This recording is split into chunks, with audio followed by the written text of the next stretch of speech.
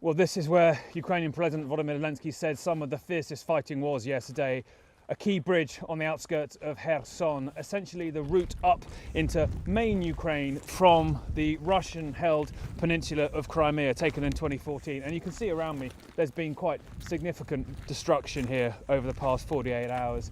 That building clearly took a direct hit, presumably from some of the airstrikes we've been hearing. And this town, it's fair to say, is terrified.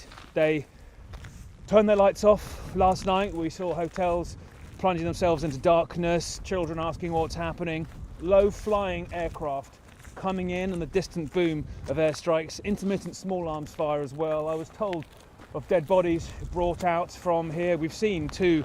One man unfortunately left just in the middle of the road there. But the damage is pretty significant here, and we keep walking up towards this petrol station.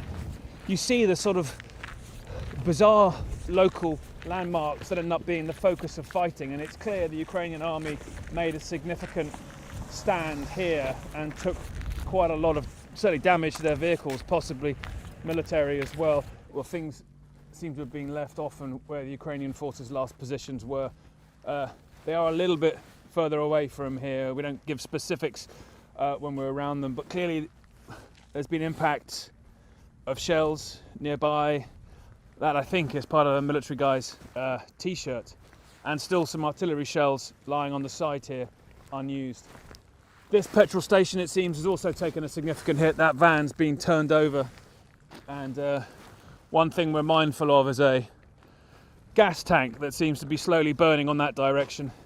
What's extraordinary to see here is how fast civilian life returns back to this area. That's desperation. That's not people thinking it's safe. They're trying to get over to see people they care about, do what they need to do each day. But the contrast with that and the sheer kind of firepower that we're seeing used here, this must surely have been some kind of airstrike.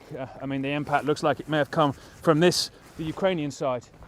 But these tanks disabled, and all around us a sign of quite what Ukraine's government mean by the fighting having been most intense around here.